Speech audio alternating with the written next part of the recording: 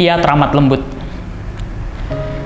Dengan sejujur-jujurnya saya katakan kepada Tuan bahwa Joko adalah orang yang paling halus yang pernah ada di dunia ini, baik budi maupun sopan santun. Tentu Tuan sudah bisa membayangkan bagaimana tokohnya.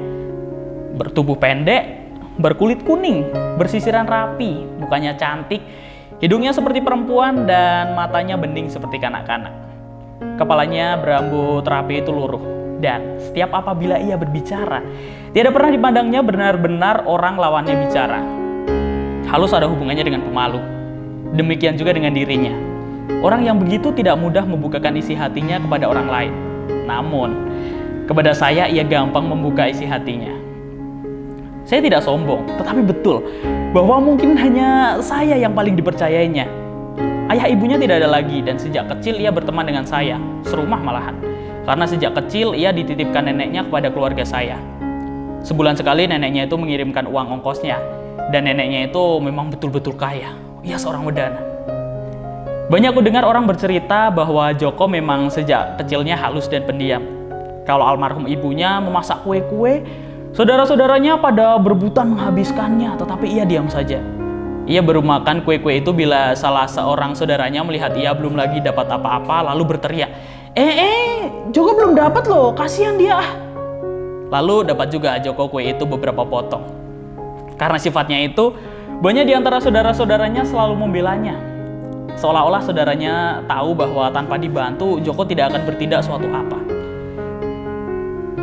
Setiap kali ada pembagian kue-kue, salah seorang di antaranya berteriak, Joko dikasih loh, sudah dapat belum Joko? Atau kalau mereka pergi ke kebun binatang bersama-sama sebelum berangkat pulang, salah seorang di antaranya biasa memeriksa, di mana Joko? Joko jangan tertinggal loh. Begitu ia biasa dalam bimbingan dan belaan orang lain. Lama-lama timbul kemanjaan yang lembut karena ia selalu berada di dalam belas kasihan orang lain itu. Kalau sekali waktu saudara-saudaranya akan bersama-sama bermobil dengan pamannya, putar-putar kota, ributlah mereka memperebutkan tempat di mobil itu. Joko diam saja dan tidak mendapat tempat, lalu ia menangis. Saudara-saudaranya satu sama lain akan saling menyalahkan. Kau ingat sendiri saja, Joko diberi tempat Akhirnya salah seorang akan mengalah, duduk berpangku dengan yang lain dan memberikan tempatnya pada Joko. Mereka mengalah biasa saja, seolah-olah mereka menganggap Joko anak yang sangat lemah dan terhadapnya orang lain tidak bisa berbuat lain selain mengalah dan membela. Lama-lama dari anggapan hal itu lalu menjadi kenyataan, dan di bawah sadarnya sendiri ia biasa mempergunakan ini. Kelemahan dan kelembutan adalah senjatanya. Ia menarik perhatian orang dengan kelemahan dan kelembutan itu. Demikian saya pun terbiasa pula selalu membelanya, seolah-olah satu dosa untuk tidak membelanya. Jadi rapat juga hubunganku dengan dia, meskipun banyak sifat-sifatku yang lain daripadanya. Dalam keadaan kami sama-sama dewasa ini, perbedaan kami terutama dalam hal-hal pergaulan dengan gadis-gadis. Saya sangat gemar pada gadis-gadis. Sejak di sekolah rendah sudah biasa saya bercinta-cintaan. Tentunya cintai kanak-kanak ya. Dan mungkin bukan salah saya kalau berkali-kali berganti-ganti gadis yang kucintai. Lain halnya dengan Joko. Ia menjauhkan diri dari gadis-gadis. Tentu saja, itu bukan berarti dia benci gadis-gadis. Itu semata-mata karena pemalunya saja. Kalau ku ajak ke tempat gadis-gadis, selamanya ia memilih tempat duduk yang agak terhindar dari pandangan mata gadis-gadis itu. Saya tahu betul bahwa ada beberapa gadis lebih tertarik kepadanya daripada kepada saya. Memang, meski ia pendek dengan mukanya yang cantik, matanya yang bening dan kulitnya yang kuning itu, ia masuk kriteria pemuda yang berkualitas juga. Beberapa gadis tampak sedikit menyerangnya, namun karena pemalunya tak pernah memberi jalan mereka. Sampai sekarang dia tidak pernah bergadis juga. Terkadang saya merasa kesal ya mengingat bagaimana ia dengan kelakuannya telah menyia-nyiakan serangan gadis yang boleh dibilang cantik. Saya punya teman satu lagi, Bagio. Saya dan Joko merupakan kebalikan. Namun Bagio dan Joko merupakan kebalikan yang sama sekali terlampau benar-benar. Joko pendek, Bagio jangkung. Joko kuning, Bagio hitam seperti pantat periuk. Joko bersifat pemalu yang lembut, Bagio mempunyai senyum lebar yang cerdik dan manis, yang mengingatkan saya pada senyum serigala pada gambar coret Pinocchio. Joko anak halus, Bagio kasar, sedikit mengarah ke berandal-berandalan lah. Joko menjauhi gadis-gadis, Bagio mengejar gadis-gadis saja sepanjang hidupnya. Pendeknya, ya ia seorang anarkis. Keduanya tak pernah cocok. Di balik kediamannya, Joko mengandung kebencian yang amat sangat kepada Bagio. Dan Bagio tidak pernah menunjukkan sikap membela atau menolong Joko yang lemah. Malahan kerap kali menggoda atau mengejek. Setiap kali ia berhasil menggodanya, ia tertawa dengan kurang ajarnya. Bibit pertama dari ketidakcocokan mereka berdua terjadi ketika pada suatu kali Bagio meminjam uang Joko untuk suatu keperluan. Lama sekali ia lupa mengembalikan. Saya yang tahu bahwa terhadap seorang anarkis tidak perlu segan-segan dan sopan-sopan berbicara, setengah bergurau menegur dia. Hei, apa kau pikir kau tak perlu mengembalikan uang Joko? Kasihan dia, ia jauh famili. Akan tetapi Bagio di depan Joko dengan berani berkata, saya kira Joko telah melupakan itu. Betul Joko, kau butuh uang? Bilang dong kalau butuh, nanti saya beri habis bulan ini. Tapi saya kira kau tak butuh, betul tidak? Tentu saja Joko yang tidak menjawab, ia hanya tertawa-tawa masam. Dan bagi Bagio ini berarti bahwa uang itu tidak usah dikembalikannya. Saya tahu benar, dari raut mukanya mula-mula Joko sangat terkejut dan heran, ada orang bisa senekat itu. Kemudian sejak itu pandangannya terhadap Bagio jadi sangat rendah. Dan sekarang apabila Bagio minta apa-apa kepadanya selalu dilulunya, artinya dibiarkan saja apa maunya. Malah agak berlebih-lebihan. Tetapi sebenarnya maksud dalam hatinya sebaliknya. Misalnya, Bagio pernah berkata, hei Joko, rupanya ada 2 pensilmu, saya minta 1 ya. Ambillah ini, apa tidak perlu setip juga? Apa ada? Ambillah ini, katanya sambil melemparkan setip satu-satunya kepunyaannya.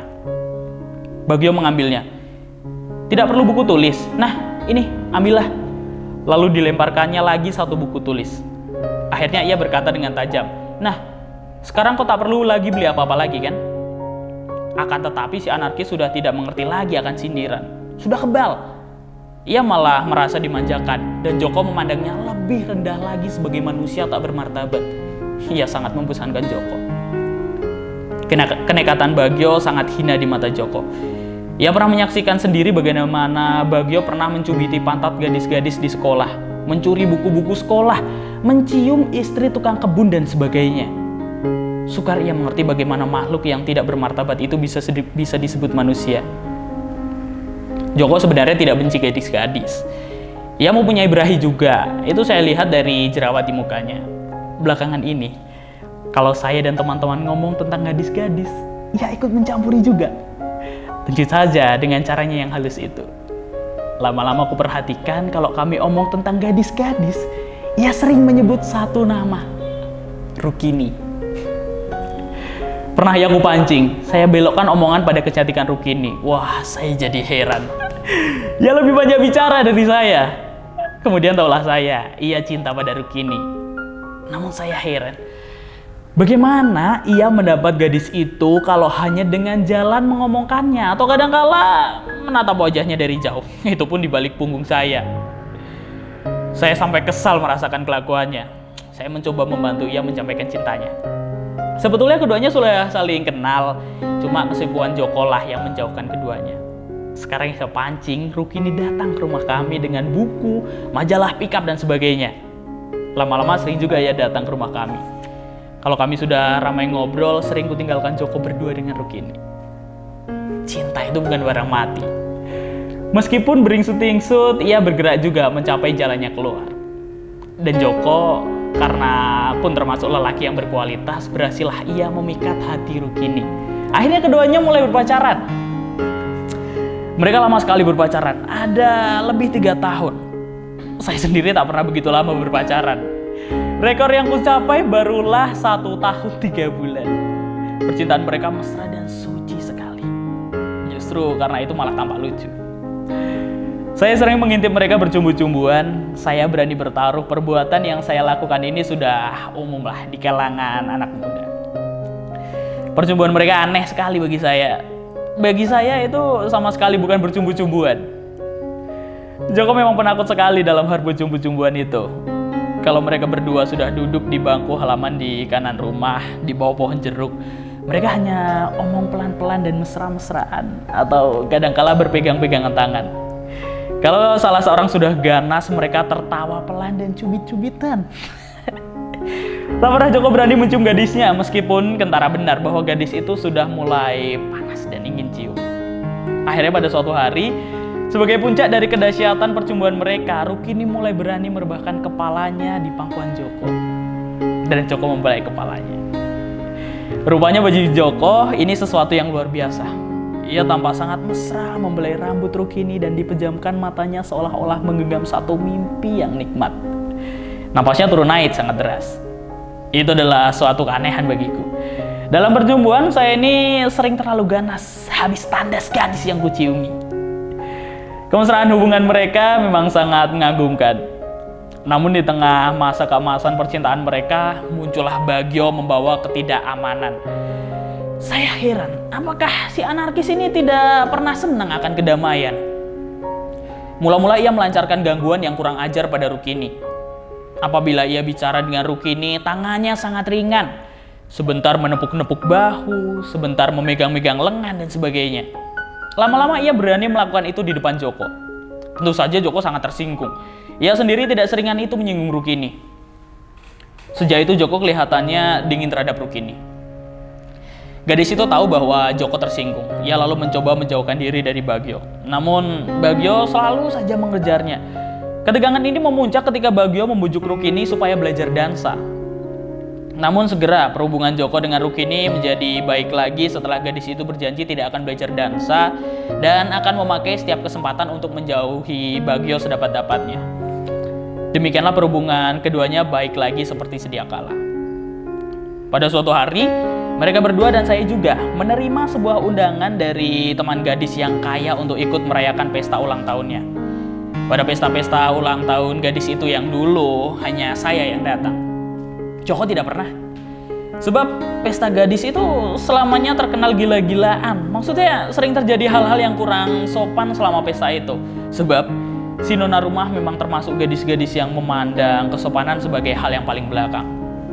Akan tetapi, kali ini Joko akan datang berdua dengan Rukini. Sebab kecuali kali ini, gadis itu sendiri yang menyampaikan undangan ke rumah kami. Pun rupanya ia ingin meyakinkan kemenangannya atas Rukini. Sebab Bagio memang tidak pernah menghentikan perburuannya. Malahan ia berkata kepada setiap orang seolah-olah mengumumkan bahwa ia harus menang dalam perburuan ini. Kalian tahu, katanya, orang semacam Joko musuh ringan bagiku. Lelaki itu tidak ada potensi buat memuaskan gadis dalam percumbuan. Memang untung juga bagi Bagio karena musuhnya orang lembut dan penakut. Kemudian datanglah malam pesta itu yang berlangsung di pavilion gadis kaya itu sendiri, di mana ia berdaulat penuh dan bebas dari pendidikan orang tuanya atau lain-lain penghuni di rumah besar itu. Saya senang pesta yang begini, tetapi Joko tampak kecanggungannya. Bagio hadir pula dengan lemparan mata dan senyum serigalanya. Malam itu lelaki jahat tersebut tampak cerdik dan menarik sekali. Banyak mata gadis memandang kepadanya. Joko tak ikut dansa. Demikian juga Rukini, tetapi saya tak menyayangkan kesempatan itu. Ketika musik berganti quick step, saya berhenti. Tiba-tiba saya lihat Bagio menarik tangan Rukini dengan berani. "Let's dance, miss!" Rukini terkejut dan menolak, tetapi Bagio menarik terus dan teman-teman lain pun bersorak, "Jangan malu-malu kucing, Bing!" Rukini kebingungan. Tetapi Bagio menarik terus hingga akhirnya keduanya berdansa dan caranya Bagio memeluk sungguh kurang ajar benar. Saya heran dari mana Rukini belajar dansa. Ia tampak cekatan, namun tiba-tiba seorang gadis kudengar berkata kepada temannya, "Lihat betapa Rukini berdansa dengan gurunya." Saya lihat Joko. Wajahnya mengatakan bahwa ia tersinggung dan merasa sangat dikecewakan. Saya menghampirinya dan menepuk-nepuk bahunya menyabarkan. Namun tiba-tiba kami berdua terkejut. Kami lihat sambil berdansa Bagio membawa Rukini keluar ruangan, ke serambi di luar. Joko bangkit dan mengejar mereka. Saya pun mengikuti Joko. Sampai di luar, kami lihat Bagio menciumi Rukini gemas-gemas. Dan Rukini tak melawan dan pula tak membantu. Ia pasti saja dengan memejamkan mata di pelukan Bagio. Joko menggigil karena marah. Giginya gemeletuk karena kemarahannya tertahan oleh sifat penakutnya. Saya meleraikan ciuman mereka dan saya pukul Bagio hingga terlentang. Barulah Joko meledak dengan suara gemetar. Kau minta potlot ku beri. Kau minta pulpen, buku-buku, baju, dasi, uang semua ku beri. Sekarang kau minta gadisku dan boneka bobrok itu pun saya berikan kepadamu. Lalu ia meludah dan pergi. Mukanya menunjukkan kejijikan yang luar biasa.